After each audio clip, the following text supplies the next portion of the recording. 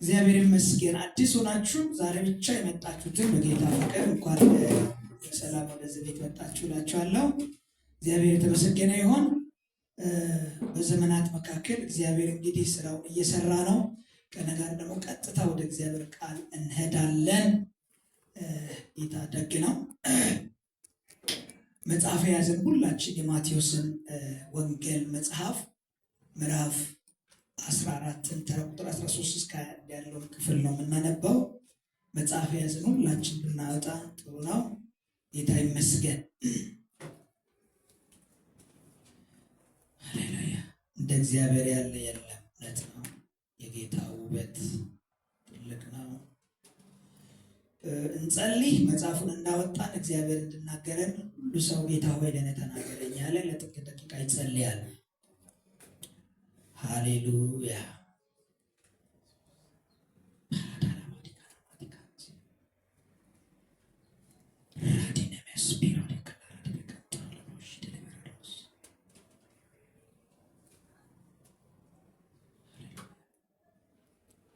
ይህን ማለዳ ብላችን ላይ ስላመጣ እናመሰግናለን።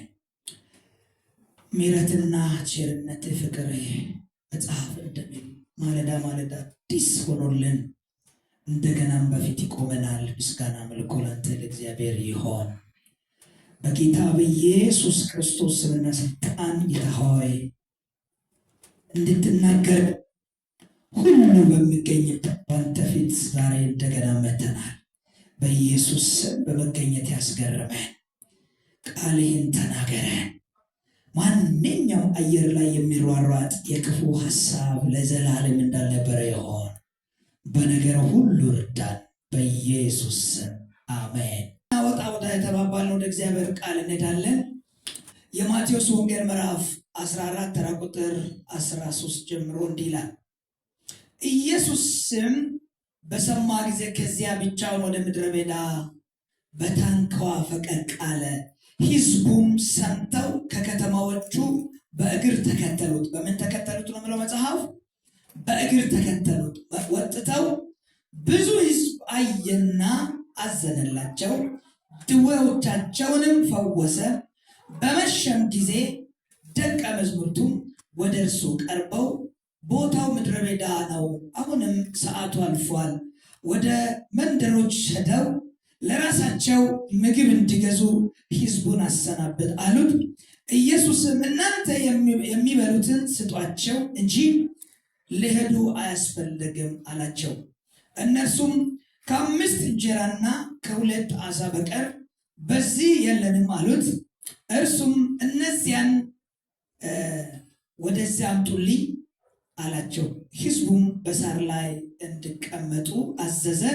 5ቱንም እንጀራና 2ቱን ዓሣ ይዞ ወደ ሰማይ አሻቅቦ አየና ባረከ። እንጀራውንም ቆርሶ ለደቀ መዛሙርቱ ሰጠ። ደቀ መዛሙርቱም ለሕዝቡ ሁሉ በልተው ጠገቡ። የተረፈውንም ቁርስራሽ 12 መሶብ ሙሉ አነሱ። ከሴቶችና ከልጆችም በቀር የበሉት 5,000 ወንዶች ያህል ነበር ያለ ጌታ የሰራው ተአምራት ይናገራል። በጣም ድንቅ መንፈሳዊ መልእክት ከዚህ ክፍል አብረን እንካፈላለን።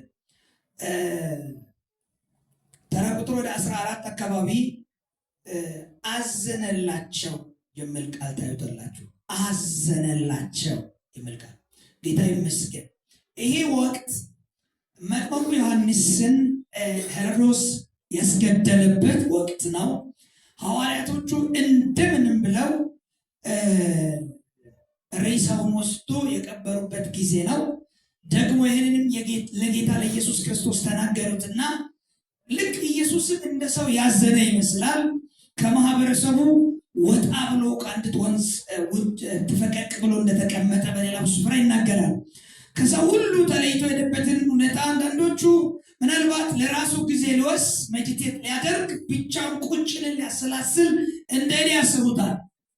እና በእንደዚህ አይነት ጊዜ ገና ኢየሱስ ክርስቶስ ለብቻው መቀመጥ በፈለገበት ወቅት ሰው ሁሉ ደግሞ ከከተማው ተነቅለው ሲከተሉ ታየ። በጣም ደስ ይለኛል። በኢየሱስ ዘመን ተከታዮቹን ስታይ ደስ ይለኛል በጣም።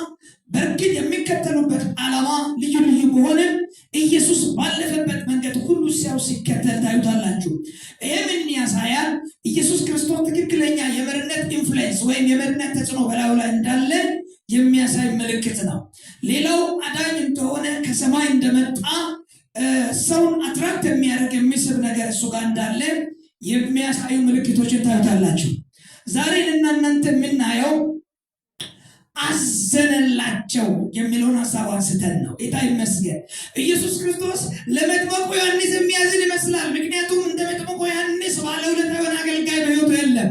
ኢየሱስ ክርስቶስ ከመምጣቱ በፊት ስለ ኢየሱስ ለሌሎች የተናገረ ኢንትሮዲውስ ያደረገ በተለይ ኢየሱስን እንደሚመጣ የሰሙ የአይሁድ ማህበረሰቦችን ጭምር ኢየሱስን ለመቀበል የተቸገሩበት ሁኔታ ስለሆነ ዮሐንስ ከኢየሱስ ቀድሞ መጥቶ ስለ ኢየሱስ መንገድ ያዘጋጀ ጥርጊያውን ያቀና በር ከፋች የሆነ ፈርቀዳጭ አገልጋይ ነው።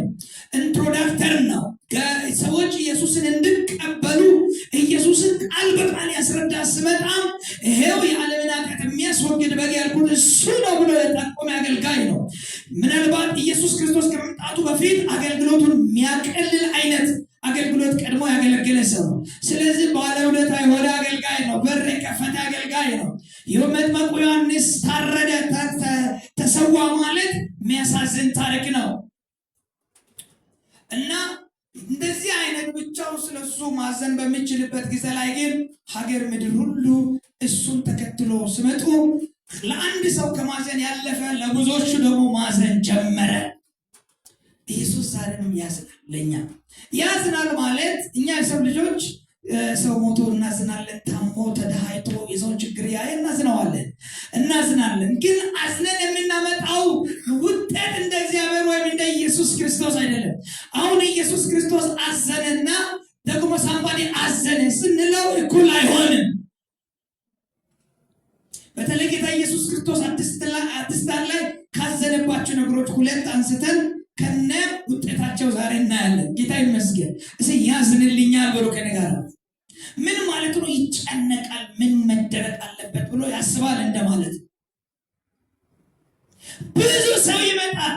ብዙ ሰው ሲመጣ ከሆነ ጎሳ የሚመጡትን መርጦ አይደለም ያዘነላቸው። የሚመጡ ሰዎች ገና እግር ብለው ከሩቅ ሲመጡ አየ እንጂ መጥተው እንትና ነው ብለው ለያይተው አይደለም። ለሁለት ነገር አዝነዋል። አንደኛው እረኛ እንደሌላቸው አይቶ ይላል። እዛው የማቴዎስ ወንጌል ምዕራፍ 9:36 ላይ ሄዳችሁ ስትመለከቱ ማን እንደሌላቸው? እረኛ እንደሌላቸው። ምንድን ነው? የመሪነት ችግር ምድርቱ ላይ እንዳለ አይተው ማለት ነው። ሰዎች ሃይሊ ኳሊፋይድ አይደሉም። ሲወጡ ሲገቡ መሪ ከፊታቸው እንደቀደመ አይደለም እየመጡ ያሉት። እየተኮነ ያለው ነገር ከመሪ ስር እንዳለ አይነት አይደለም። መሪ እንደሌለ የተበታተነ የተበዘበዘ ምንድነው መሪሆ ያጣ የላይፍ ፓተርን ያጣ ህዝብ እንደሆነ ሲያይ ወይኔ ብሎ አዘነ። ይሄ አሁን ህዝቡ መካከል ተመሪነትና መሪነት እንደሌለ አይቶ ቤተክርስቲያን አካባቢ ሀገር አካባቢ መሪና ተመሪ አንድ ላይ ሲኖሩ ይዘቱን ፓተርኑን ህጉን ጠብቆ አለመኖር ያሳዝናል። ቤተክርስቲያን ውስጥ ያለ ትውልድ ያለ መሪ ሲኖር ጌታ ያዝናል። አንደኛ ትክክለኛ የሚመራቸው መሪ አለመኖራቸውና ህዝቡን በመሪ ስር አለመኖራቸው በቃ ልቅ መሆናቸው አይቶ ነው ያዘነላቸው።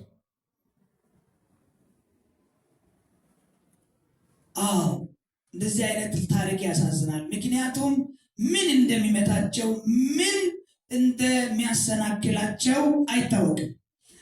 እረኛ የሌለ መንጋ እንደምታውቁት ማሳ ላይ ተበዝብዞ ሌባ ሊሰርቅ ይችላል። አራዊት መጥቶ ሊበላቸው ይችላል። ምንድነው ሰኪው እንደሚያደርጋቸው ግድ የሚላቸው የሌላቸው አይነት ሰው ናቸው። አሁን የህዝቡን አመጣሰር አምላክን ለመስማት አምልኮ ለመካፈል የሚመጣ ብቻ ሳይሆን የሆነ መረን የለቀቀ አይነት ላይ እንደሌለ ኃላፊነታቸውን የተካፈለ ሰው እንደሌለ ጌታ ያውቅ ስለነበረ በዚያ አዝኗል። የማቴዎስ ወንጌል ምዕራፍ 9 ተራ ቁጥር 36 ላይ እንዲህ የሚል ቃል ታዲያ ብዙ ሕዝብም ባየ ጊዜ እረኛ እንደሌላቸው በጎች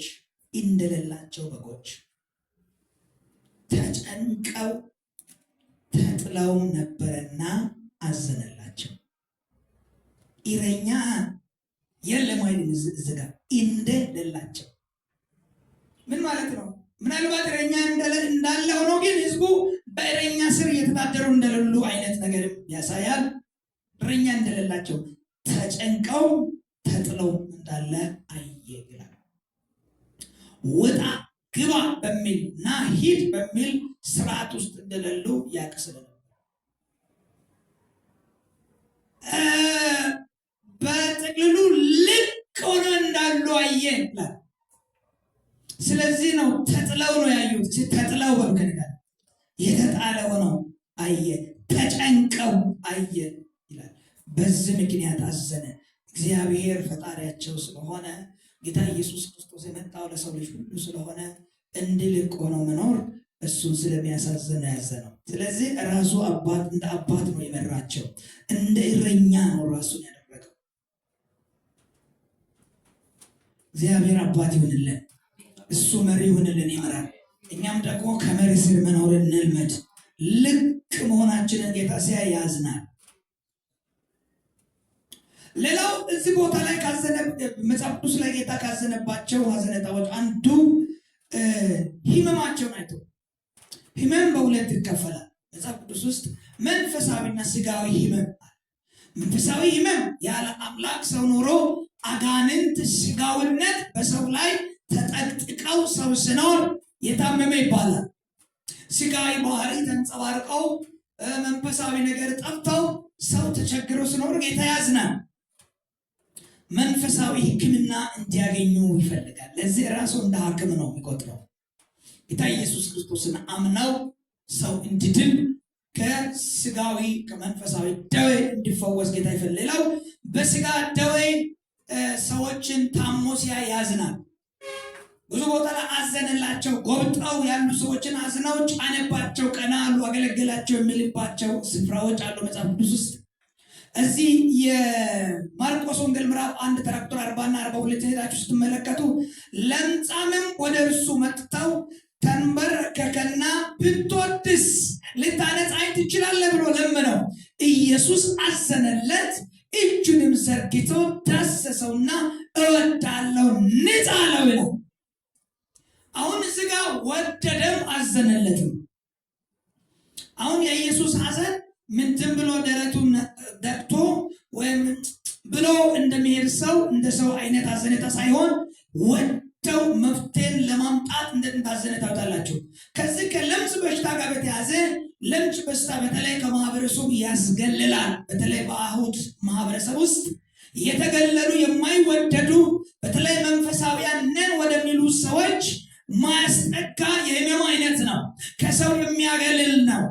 እነዚህ ሰዎች ከህመም መፈወስ ብቻ ሳይሆን መወደድ የናፈቃቸው ሰዎች ናቸው። የሚያቀርባቸውን ፍቅር የሚሰጣቸው የተናፈቁ ናቸው። በተለይ ከለምጽ ጀርባ የህመሙ ምንጭ ኃጢአት ነው ተብሎ ስለሚታሰብ ኃጢአተኛን የሚያቀርብ ስለሌለ ኢየሱስ ብቻውን ነው የኃጢአተኛ ወዳጅ ነው ወደዚህ ምድር የመጣው። እስቲ የኃጢአተኞች ወዳጅ ብሎ ባካችሁ። ለምጻሙ ራሱ ብትወድስ ነው ያለው። ምክንያቱም ያልተወደደ ሰው ስለሆነ ከህመሙ ባሻገር ሌላ የመወደድ የመፈቀር ስሜት አለው። ወይ ሰው ሆኖ ፍቅር ይፈልጋል። አንዳንድ ሰዎች ጋር ቀረብ ብላችሁ ብታይቁት የሚወደኝ የለም ብሎ የሚያስባል። በአስተዳደግ ሁኔታም በማህበረሰቡ ውስጥ ባለ ባህላዊ ነገሮች በቤተሰቦቹ ውስጥ ባለ አስተዳደግ ሁኔታ ካጋጠማቸው ችግሮች የተነሳ ሰዎች ወይም ዝቅተኛ ስሜት ውስጥ ሳይኮሎጂካል ሊገቡ ይችላሉ። አልተፈቀርኩም፣ ሰው አይወደኝም የሚባል አይነት ስሜት ስሜት ውስጥ ያሉ ሰዎች አሉ። ስለዚህ ቤተክርስቲያን እዚህ ፍቅር ለመስጠት ነው ያለችው። ጌታ ኢየሱስ ክርስቶስ ለሰው ሁሉ ምን ለመስጠት ነው የመጣው? ፍቅር ለመስጠት ነው። ሰውዬ ብትወደኝ ንጻ ልታነጻኝ ትችላለህ ነው ያለው። ኢየሱስ ክርስቶስ አዘነለትና እወድሃለሁ ንጻ ነው። ምንም ኮስት ሳይጠይቅ ዋጋ ሳይጠይቅ እወድሃለሁ ነው ያለው። እንግዲህ የኢየሱስን መውደድ ስንመለከት አንጻራዊ የሆነ መውደድ አይደለም፣ ወይም የሆነ ቅድመ ሁኔታ ኳሊፊኬሽን ያስቀመጠ መውደድ አይደለም። እንዲሁ ነው የወደደ። መጽሐፍ ቅዱስ አንድያ ልጁን እስኪሰጥ ድረስ ዓለሙን እንዲሁ ወዷል በሚለው መውደድ ነው። እወዳለሁ ንጻ ነው ያለው። ጌታ ይወደኛል። ስለዚህ አዘነለት። አሁን እዚህ ጋር ላለው ለደዌ ሰውዬ ወይም ለታመመው ሰውዬ ሲያዝን ፍቅሩን ታዩታላችሁ፣ ጌታን ፍቅር። ይሄ ሰው ከማህበረሰቡ እንዴት እንደተገለለ በዚህ በሽታ ምክንያት፣ በኃጢአቱ ምክንያት መፍትሄ መስጠት አይደለም፣ ኢቭን ያዘነለት ያቀረበ ፍቅር የሰጠ ሰው አለመኖሩን ሲያይ ኢየሱስ ጋር መጥቶ ነው ትወደኛለህ ያለው። ብትወደኝ ነው ያለው። ኢየሱስ ደግሞ የፍቅር ጌታ ነው፣ መርጦ አይወድም። አሜን። ኃጢአተኞችን በሙሉ ስለሚወድ ይወድሃለሁ አለ። መጀመሪያ ግን አዘነለት ይላል። ወገኖች ያላችሁበትን ሁኔታ ጌታ እያየ ያዝናል ማለት አልቅሶ የተዋል ጥቁር ልብስ ይለብሳል ማለት ሳይሆን መፍትሄ ለመስጠት ያዝናል። በጸሎት ስፍራችን ጌታን ለምናናግራቸው ነገሮች በብቸኝነት ሆነን ሰው አተን አንዳንድ ለውጦችን ፈልገን ለውጥ ባጣንባቸው ጊዜያቶች ውስጥ ኢብን ኃጢአት ከቦን ሁኔታዎች ከቦን ግራ ተጋብተን የሚወደን ነፃ የሚያወጣን የሚገላግለንን በምንፈልግበት ጊዜ እግዚአብሔር ደግሞ አይኖቹ ሁሉ በስፍራ ሁሉ ስለሆኑ ያየናል፣ ያዝነናል። ካዘነ ደግሞ መፍትሄ ይሰጣል ብሎ አይደል? ስለዚህ አሁን በዚህ ማለዳ እንኳን የመጣ ነው ወደሚያዝንልን ወደሚያስበን መፍትሄ አቅጣጫዎችን ወደሚሰጥ አምላክ ነው የመጣ ነው። እስቲ ያዝንልኛል በሉት። ይወደኛል፣ አሜን፣ ነፃ ያወጣኛል።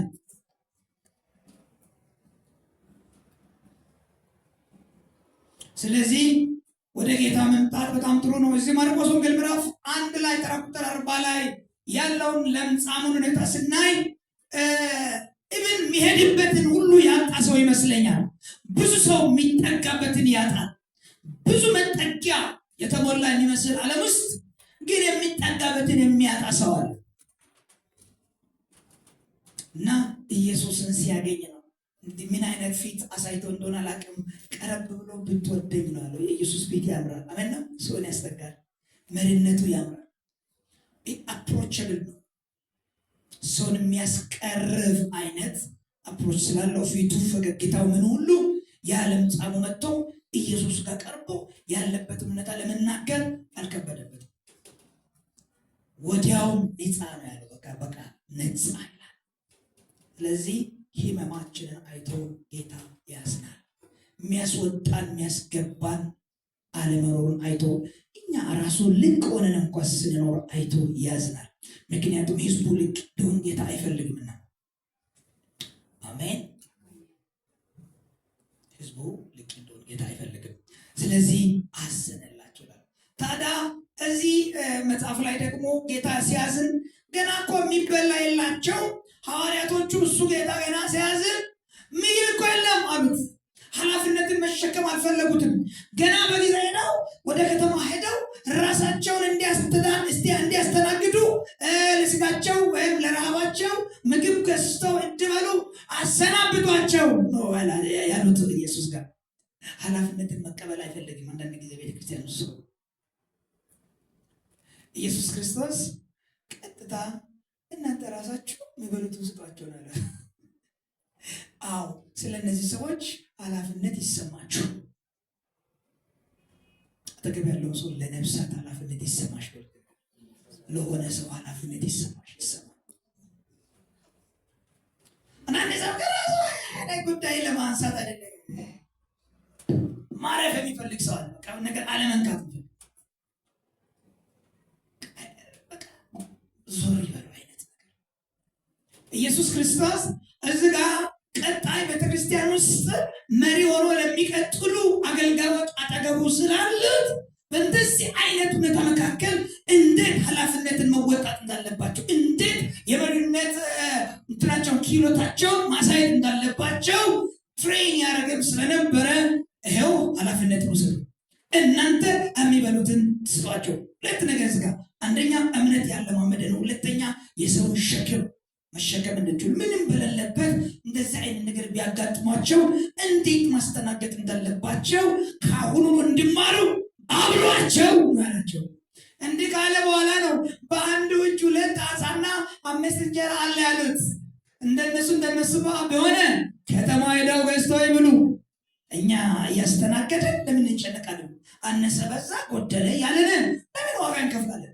ቤተክርስቲያን ውስጥም ዛሬ ቤተክርስቲያንንም ሆነ ጌታን ዋጋ ከሚያስከፍሉ ትውልዶች ዋነኞቹ ኃላፊነት የማይሰማቸው ሰዎች ችግር አለ። ሄደው እንትን ይበሉ በቃ ሰናብቷቸው እኛ ቀለል ይበል እንጂ የሚል አይነት ካለ ከባድ ነው።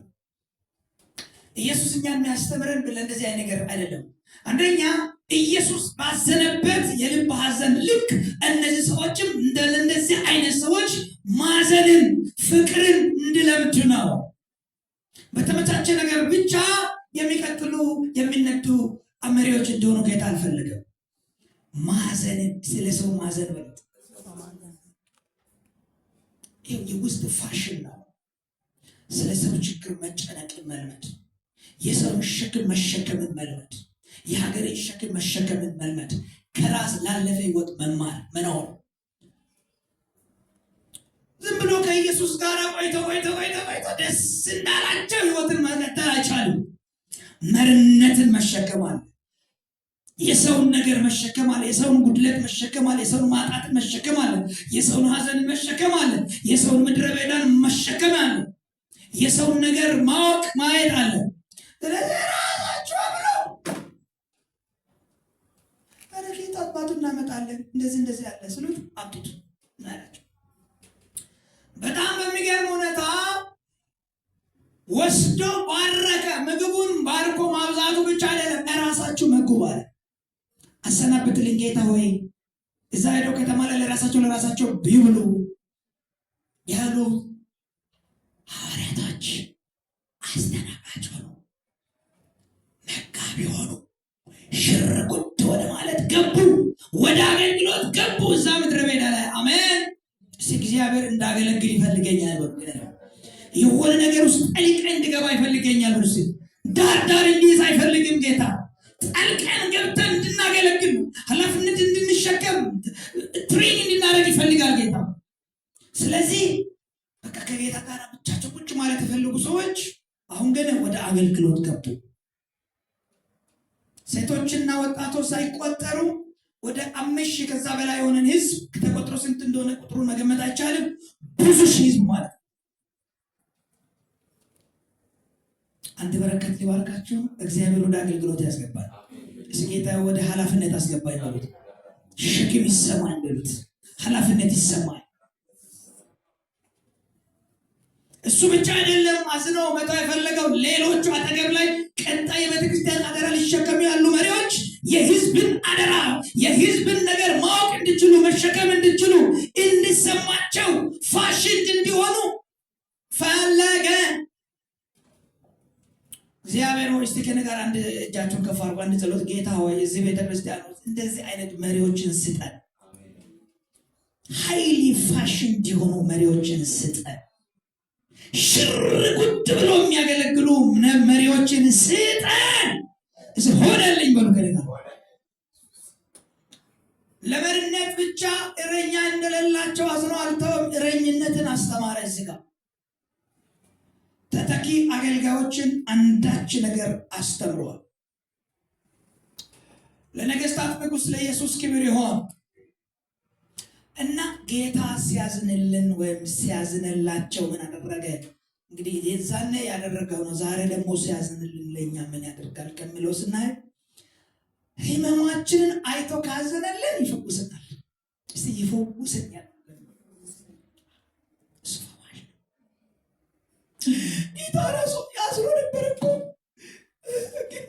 አያስብልም። ካዘነ ከስጋዊ ደዌ ከመንፈሳዊ ደዌ ሁሉ ይፈውሰናል። ሌሊት ይጸልይ ነበር።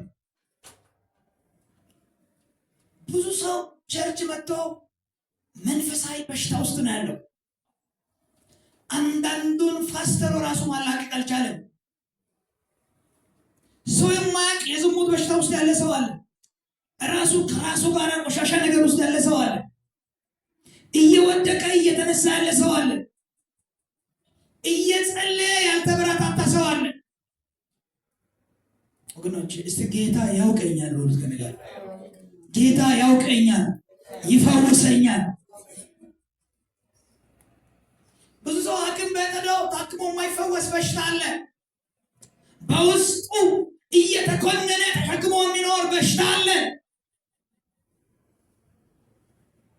ጌታ ምሽት ላይ በማስተርቤሽን በሽታ ውስጥ ያሉት ልጆች አሉ ላይ ነበር። ሌሊት በሽታ ነው አይደለም፣ በሽታ ነው። በልዩ ልዩ አሁን እዚህ መናገር ማልችላቸው መንፈሳዊ በሽታ ውስጥ ያሉ ሰዎች አሉ። ፍቱ መድኃኒቱ ወደ ኢየሱስ መምጣት ነው። እሱ ያዝንልናል፣ ንቅል ያደርግልናል። ድካም ሆኖ ከስጋችን ከመንፈሳችን ጋር የተጣበቀውን ይነቅላል።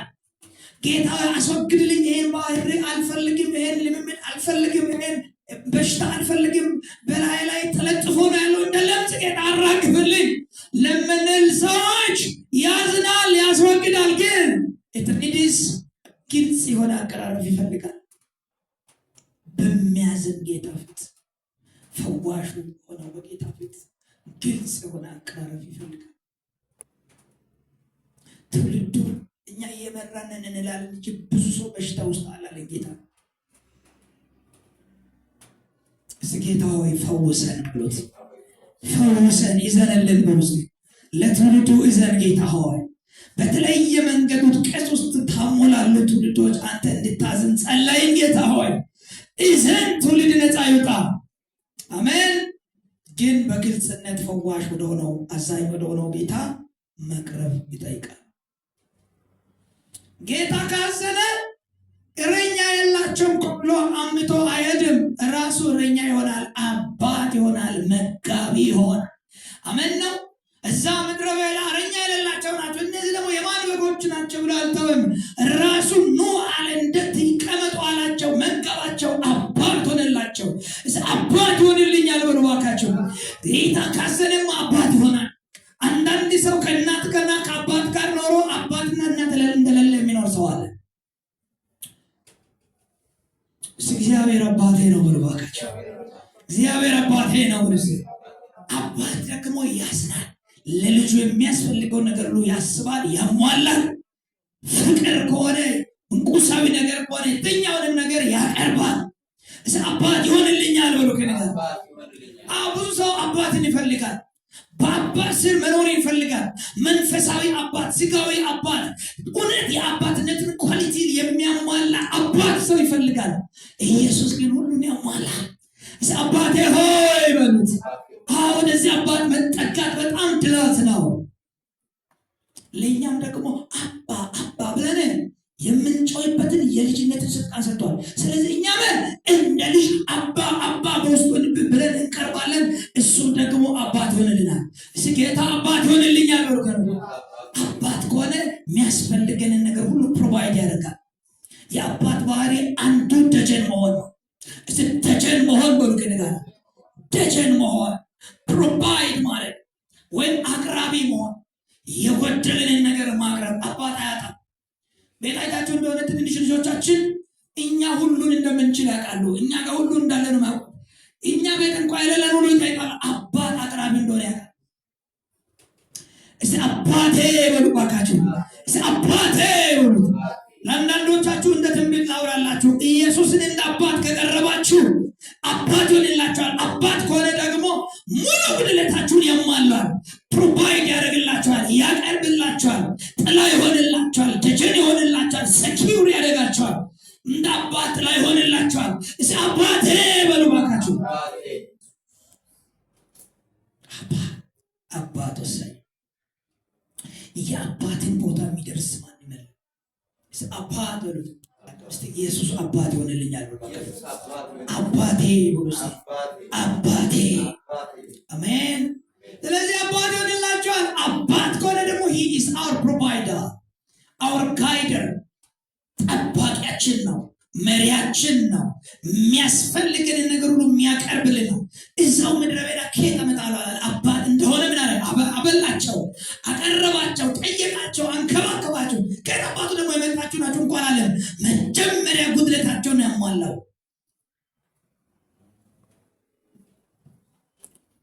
አባት ሆነኛል፣ አሳድገኛል፣ በጉያ ሸሽጌ ከእጅ አብልተኸኛል፣ ነናነነነ አሳድገኛል፣ በጉያ ሸሽጌ ከእጅ አጠግበኸኛል። አይቻለሁ አይኔ ከፍ በል መድኔ፣ ከፍ በል መድኔ፣ ከፍ በል መድኔ። ሃሌሉያ።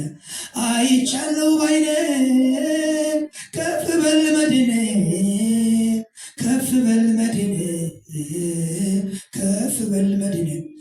አባት ሌላኛው ባህሪ ይራራ። ይራራልኛል በሉ ከነጋር አባት ከሆነ ምን ይሆናል? ይራራልናል፣ ያዝንልናል፣ ይራራልናል። እዚህ የሚራራልኝን አግኝቻለሁ በሉ ከነጋር። አንድ መዝሙር አለ፣ የምራራልኝ አባት ድካማችን አይቶ የሚረዳ፣ ውድቀታችን አይቶ የሚያነሳ፣ ስብራታችንን የሚጠግን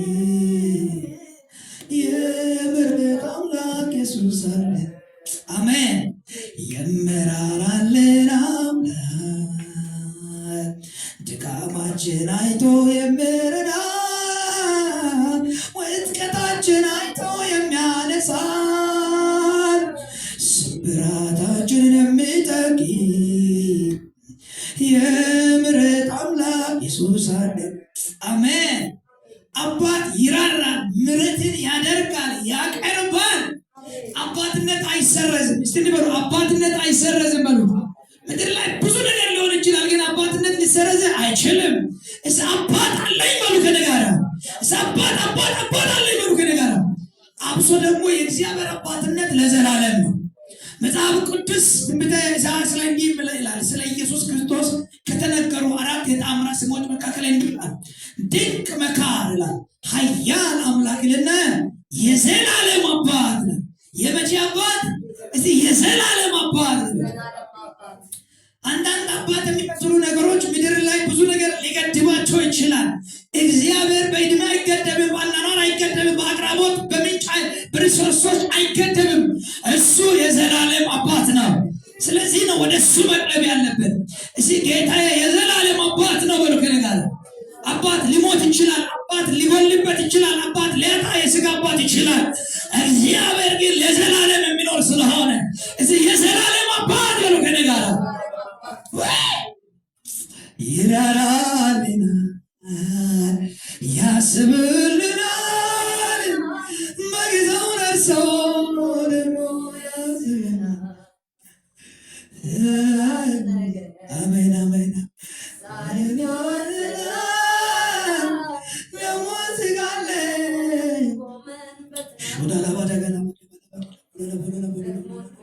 አሁን ቆማለን አባት ካለን አዎ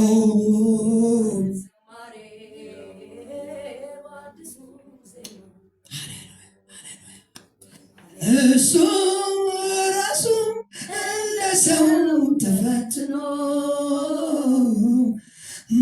አልፎበታል እኛን ሆኖ ከኃጢአት በቀር ሁሉ ሆኗል።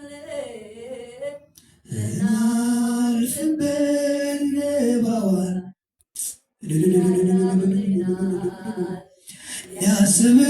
ያስብልናል በጊዜው ደርሶ ያስቀናል።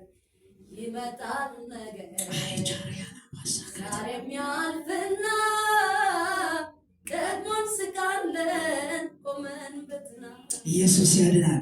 አባት ሲሆን ዝም ብሎ ጨከን ያለ ባህሪ ሊያሳይ ብቻ እንዳይመስላችሁ። ውድቀታችንንም ያውቃል፣ ይራራል። ከስብራት ሊያወጣል ነው አባት የሚሆነው። ሊሸከመን ጥላ ማረፊያ ሊሆነ። አሜን ሃሌሉያ። እስኪ አባቴ በሉ እባካችሁ፣ እስኪ አባቴ በሉ እባካችሁ።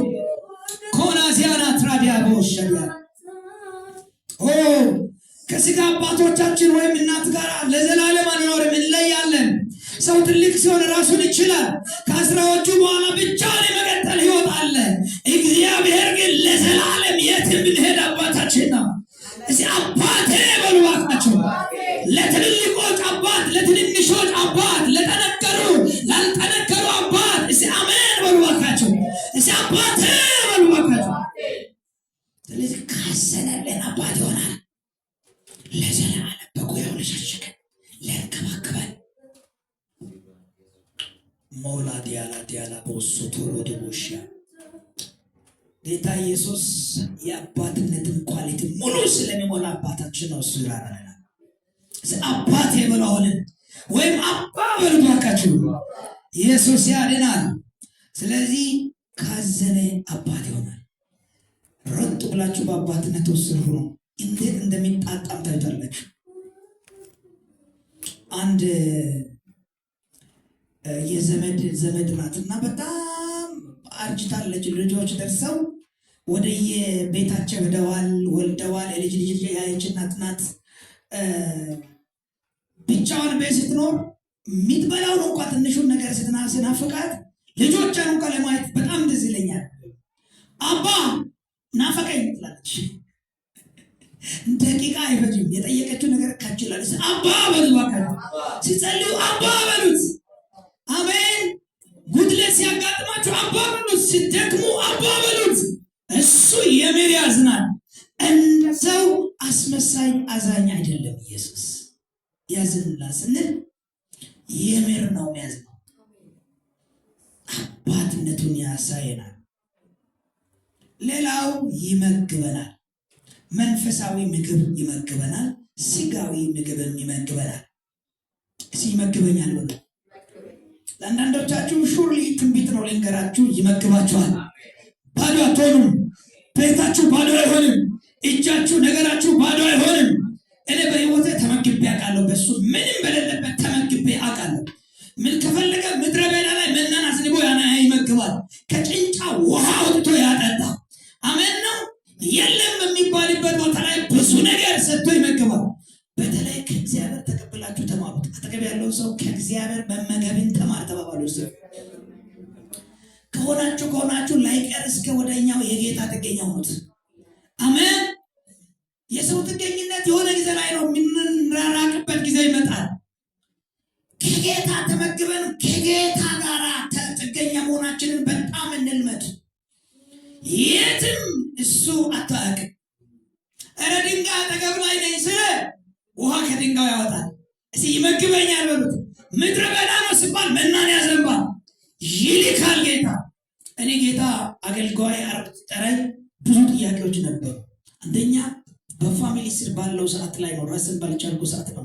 ሂጄው በራሴ ልብስ ገዝቼው የማላውቅበት ሰዓት ነው ለአገልግሎት ተጠራኝና ከቤተሰብ ወጥቶ ብቸኝነትን ብቻው መኖሩን ያለመድኩበት ጊዜ ላይ ጥያቄዎች አሉ። እንዴት ልጅ ስለሆንኩ እኔ ተወልጄ ያደግኩበት አካባቢ እንደኔ አይነቱን ለሹመት ቀርቶ አገልጋይ ነው ብሎ ቸርች አካባቢ ማቅረብ ከባድ ነው። አስተምሮ ባለ ደሞዝ አርቆ ስምር ሰጥቶ ማድረግ በጣም ከባድ ነው።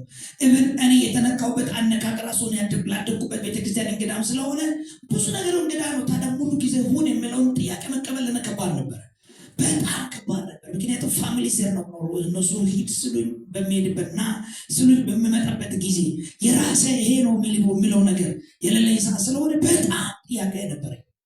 ጌታ እንዳለ እሺ ካከለ አባት ሆናለሁ እናትና አባት ይሆናሉ። አባት ሆናለሁ። ይሄት ወንድም ሆነላለሁ። ብር ወርቅ ሆነላለሁ። እውነትን ነው የምላችሁ። ይህን ቃል ለመቀበል ጸለቅ ውስጥ ተለቃሉ ከገባ ወዲህ ውጣ ካለ ኪሴ ላይ 20 ብር ሳይኖር ይወጣል። እኔ የመጀመሪያ ጊዜ ካለበት ከተማ ረጅም ጊዜ ቢያንስ ወደ 8 ሰዓት የሚያስጉዝ ከተማ ስመጣ ኪስ ላይ ገንዘብ የለም ውጣ የሚል ቃል ይዤ መጣሁ። ሄጄ ራሱ ማን ጋር እንደማልፍ አላውቅም፣ ግን ቃሉ ይመራኝ ነበር። ሆነ አትናፍራየን እያሉ ሰው ያገኘኛል። የሆነ የሚጸልዩ ሰዎች መንገድ ላይ ከተማ ሰው ነው። በቃ ከድሎት ወደ ድሎት ከሆነ ነገር ወደ ሆነ ነገር ያሻግረኝ ነበር። አባት ሆኖ ነበር፣ ያበላኝ ነበር። ሳልዋሽ አጭበርባሪ አገልጋይ ሳልሆን ለመብላት እንከብ የሆነ ነገር ሰው እንዲሰጡ ቢል ሳለን በውሸት ከፋለ ሳለን አባ ያልኳሉ ያቃል አባ በልከና ከዛ ቤተሰብ ወጥቼ 2-3 አስተምሮኛ ቃል ምንም ቋንቋ በማላቅበት ባህሉን በማላቅበት ከተማ ኑሮኛ ቃለው ብዙ እህቶችን ወንድሞችን ማላቃቸው እናቶችን ደጀኖችን ሰጥቶኛ ቃለው። ታዲያ ከሰው አባትነት እናትነት አይለይም። የኔ ቤተሰብ ኮዛ የሆነ የተወለድኩበት ሀገር ነው የቀሩት። እግዚአብሔር ግን የዘላለም አባት ነው። እንደዚህ ከሆነ የትም ይመግበናል። ይመግበኛል ወግ ለማን እንደማውራ ባላቅም ከእግዚአብሔር መቀበልን ተማር ተባባሉ። እሱ ይመግብሽ፣ እሱ ይመግብህ። አሜን። እሱ ይመግበን። በሱ አባትነት ስር ሆኖ መመገብ ትልቅ ነገር ነው። መጽሐፍ ቅዱስ እንዲህ ይለናል፣ እግዚአብሔር እረኛዬ ነው ይላል። አሜን። መዝሙረ ዳዊት ምዕራፍ ቅንፍ 23 ላይ እግዚአብሔር እረኛዬ ነው የሚያሳጣኝ ነገር ምንም የለም። በለመለመ መስክ ምን ያደርጋል? ያሳድራል። በእረፍት ውኃ ዘንድ ይመራል። እሱ አባት ከሆነ እንደሱ ነው የሚመራው። በእረፍት ውኃ ዘንድ ነው የሚመራው። በለመለመ መስክ ነው የሚመራው። እንዳናጣ እንዳንራቆት እንዳንቸገር ምድረ በዳ ውስጥ እንዳንገባ ብቸኛ እንዳሉ ያደርገናል። ታዲያ አባትነቱን እንድንጣጣም ይፈልጋል ጌታ። ይመግበኛል በሉት። ስለዚህ አንዳች አናጣም። አንዳች አላጣም በሉት። አባቴ ነው፣ አንዳች አላጣም፣ አንዳች አናጣም። ስለዚህ ይመግበናል፣ ይባርከናል። ከዚህ ኮንቴክስት አንጻር ብቻ ግን ሌላው ይመግበናል፣ ይባርከናል። እንደምታውቁት ምድረ በዳ ላይ ነው የባረካቸው። የት ነው የባረካቸው? ምድረ በዳ ላይ የምግብ የሚበላ ነገር ያለባቸው ሰዎች እንደሆነ ነገር ሐዋርያቶቹም በእጅ እጥረት ምክንያት እንዴት ምን እናደርግ ብለው እንዳይሰቃዩ እንዳይቸገሩ ብዙዎችን የሚያስተናግዱት ነገር እንዲኖራቸው ያደረጉ እግዚአብሔር በቅጽበት እጃችንን ሙሉ ሊያደርግ በቅጽበት ከየት መጣ የማይባል በረከት ህይወታችንን ሊያሞላ ይችላል። ይባርከኛል ብሎ ከነጋር ቤቴን ያንበሸብሻል፣ በማይታወቅ በረከት ይሞላኛል፣ የበረከት ሰው ያደርገኛል። ምንም የለም ከሚባልበት ብዙ ነገር ያለው ሰው ያደርገናል ጌታ። ባዶነትን ይሞላል ጌታ። ይባርከኛል በሉት። ፕሮቫይደር እንደምታውቁት አብርሃም ልጁን ሊሰዋ በሄደበት የእምነት ፈተና በተፈተነ ጊዜ እግዚአብሔር በግን ከየት እንደሚመጣ ተቸግሯል? አልተቸገረም። በይተመለስ አረግ የታሰረ እንዲሁም የማይሮጥ የታሰረ በግ ነው ለአብርሃም ከች ያለው።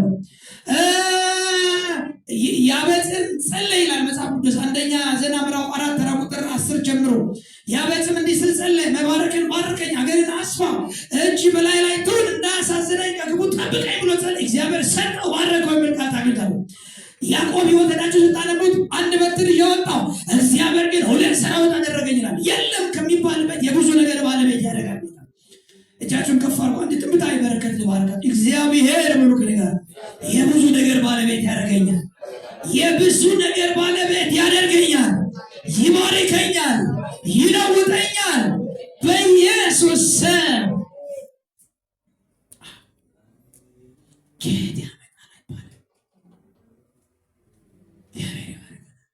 ሐዋርያቶቹ ሉቃስ 5 ላይ ሌሊቱን ሙሉ አሳቶ ባደሩበት መጥተው ዘና ብሎ ተንኳቸውን ተጠቅሞ አስተማርና ቀኝ ጣሉ ባለ ሰዓት በአቅማቸው ማውጣት የማይችሉትን አሳዎቹን ነው ያገኙት። እግዚአብሔር ጊዜውን እና ፊቱን ወደኛ ካዞረ እንዴት ብዙ ነገር እንደሚያሸክመን ይታወቃል። ስለዚህ ይባርከናል። ጌታ ይመስገን። በሰማነው ቃል ጌታ ይባርከን። እግዚአብሔር ያዝነኛል፣ ያዝንልኛል ብሎ እግዚአብሔር ያዝናል። ብቸኛ የምትመስሉ ሰዎች አባት እንደሌላቸው ራሳቸው ቁንጣሳት አይሰማቸው። ከእግዚአብሔር መቀበል ተማሩ። ፈዋሹ ያየናል። እረኛ ለሆንልን አባት ለሆንልን ሊመግበን ደጀን ወዳጅ ሊሆንልን ልራራልን ይቅር ልለን ሊፈውሰን እግዚአብሔር ያዝናል። አይናችን ጨፍነን ይህን ቃል ጥቂት 1-2 ደቂቃ ወደ ውስጥ እናሰላስለዋለን። ቫላዳ ገላበከናት ለቤደለቢያ ዲላቦሳ መጀሪያ ተወላሪ ያለፈራ ሃሌሉያ ሃሌሉያ ሃሌሉያ ኮላዲ በዲካስ ኮራማዲ ለቤራ ዲላቦሳ ይህን ቃል እስቲ ራሳችሁ ወደ ውስጥ ሲበቁት ለትንቢት ተቀበሉ።